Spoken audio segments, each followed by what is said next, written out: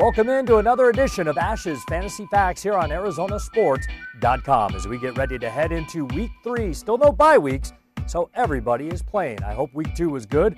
Some good news in there from Week 2, and I'll tell you what, Team Ash, I'm in 3 different leagues, 5-1, so I'm heeding some of my own advice. I hope it's helping you in your fantasy leagues. Let's get right to it. Week 3, let's start, as we always do, at the quarterback position. And I'll tell you what, I'm done telling you to tread lightly and sit this guy. Play him. Cam Newton of the Carolina Panthers. Guy's got like 900 yards passing in his first 2 pro games. He makes start number 3 this weekend at home against Jacksonville. They've been close in the first 2. I think they win in Week 3, and Cam continues to put up impressive numbers. My other quarterback that I like this week is Jay Cutler of the Chicago Bears. The reason why, they're taking on Green Bay. Now, normally Green Bay, a very good defense, but in the first couple of weeks, they've been giving up a lot through the air, and especially last week against Cam Newton. So I think at home, Jay Cutler could put up some good numbers. Now, there's a little bit of a theme in this week's Ash's Fantasy Facts, and that is injuries. And that goes to our tread lightly at quarterback, and that is with Tony Romo. That's who we'll start with. Tony Romo, punctured lung, broken rib. That's a tough son of a gun. However, that could affect him a little bit in this week's Monday night matchup against Washington. So you can still play him, but tread lightly with Tony Romo. And my other tread lightly is going to be Matt Ryan of the Atlanta Falcons. Great emotional win on Sunday night against Michael Vick in Philadelphia. However, this is a tough matchup for Matt Ryan and the Falcons on the road against Tampa Bay. Let's move on to the running back position. And I like a couple running backs this week, one of which is Felix Jones of the Dallas Cowboys. Again, going back to the injury with Romo, I think the Cowboys will finally have to rely on Felix Jones and the running game. He hasn't been great so far. Maybe this will be his bust-out game on Monday night. And I also like Cedric Benson from the Cincinnati Bengals. They are home taking on the San Francisco 49ers. Couple tread lightlies this week. One is going to be Oakland Raider running back Darren McFadden. He's been pretty good in the first couple of weeks.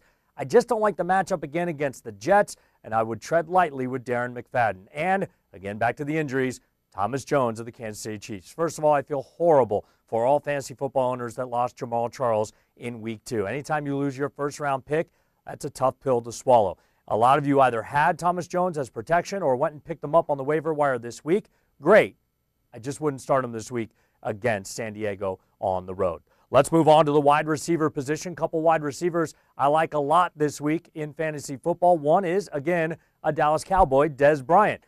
Now, Miles Austin's out for a while, so someone's got to step up. Dez Bryant, a flair for the dramatic little Monday night. Plus, I'm not buying into Washington just yet, even though they are 2-0. So I'm going to go with Dez Bryant as a solid start. And our next guy, you might think it's Ed McCaffrey. It's not. It's just a Denver Bronco that looks a lot like him. His name is Eric Decker. Most of you don't know who that is, but a couple of banged-up wide receivers, Eddie Royal, Brandon Lloyd in Denver. I think the Broncos have to have someone to throw the ball to. Orton's been throwing it to Decker. He's worth a start if you're a little thin at wide receiver.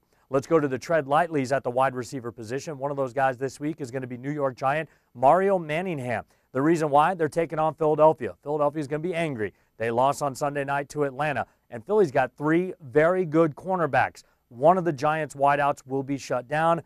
I'm not going to say it's Hakeem Nicks because he's so good, so I will go with Mario Manningham. And my other tread lightly at wide receiver is Dwayne Bowe of the Kansas City Chiefs. Kansas City Chiefs are a hot mess right now, so I'm staying away from all of their fantasy football players.